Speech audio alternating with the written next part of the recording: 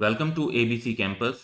आज हम IAS 12 income taxes में एक बिल्कुल सिंपल सा प्रैक्टिस क्वेश्चन कर रहे हैं काशिफ ट्रेडर्स। क्वेश्चन ये है कि KT had an accounting profit before tax of 1 million और below is a list of admissible यानी जो अलाउड हैं और एंड इनएडमिजिबल यानी जो डिसअलाउड हैं deductions under income tax ordinance 2001।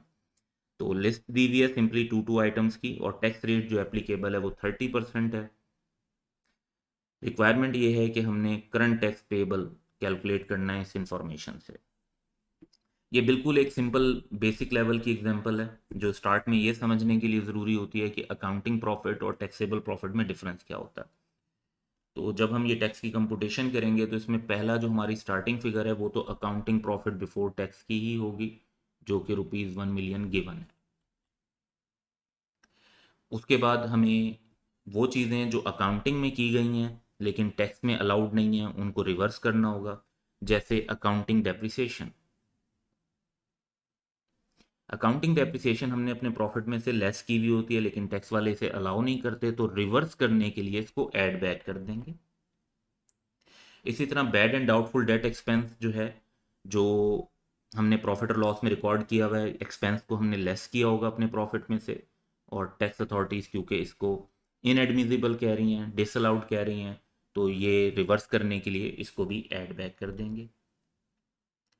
इसके बाद हम बात करेंगे एडमिजिबल डिडक्शंस की। तो एडमिजिबल डिडक्शन यानी जो डिडक्शंस अलाउड हैं, तो टैक्स वाले अकाउंटिंग डेप्रिसिएशन को नहीं मानते लेकिन अपने रेट्स के हिसाब से एक सेपरेट उन्होंने डेप्रिसिएशन अलाउ की हुई होती है, जिसे बाद वक्त वो टैक्स डेप्रिसिएशन नहीं कहते, कैपिटल अलाउंस कह देते हैं।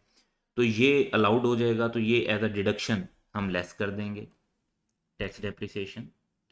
और trade debts actually written off, ये भी क्योंकि एडमिजिबल डिडक्शन है, यानी जो एक्चुअल बैड डेट हुए हैं हम तो क्योंकि रिकॉर्ड कर रहे होते हैं एक्चुअल बैड डेट्स भी, और फिर डाउटफुल की बेसिस पर भी एक अलाउंस क्रिएट कर रहे होते हैं। टैक्स अथॉरिटीज अमूमन सिर्फ जो रिटर्न ऑफ होती है अमाउंट एक्चुअली उसको एक्सपेंस मानते हैं, तो जिसको वो एक्सपेंस मानते हैं वो डिडक्शन अलाउ करेंगे।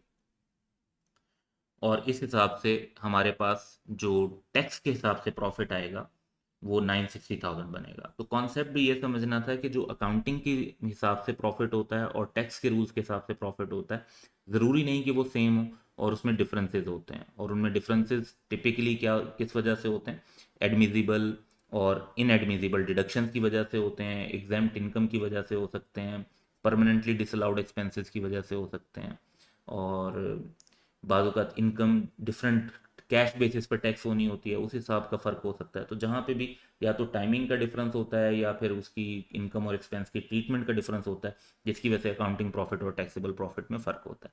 अब क्योंकि रिक्वायरमेंट है करंट टैक्स पेबल कैलकुलेट करने की, तो सिंपली 30% के टैक्स रेट से मल्टीप्लाई करेंगे और हमारे पास करंट टैक्स पेबल का जवाब आ जाएगा 288,000। That's all for today. Have a good day.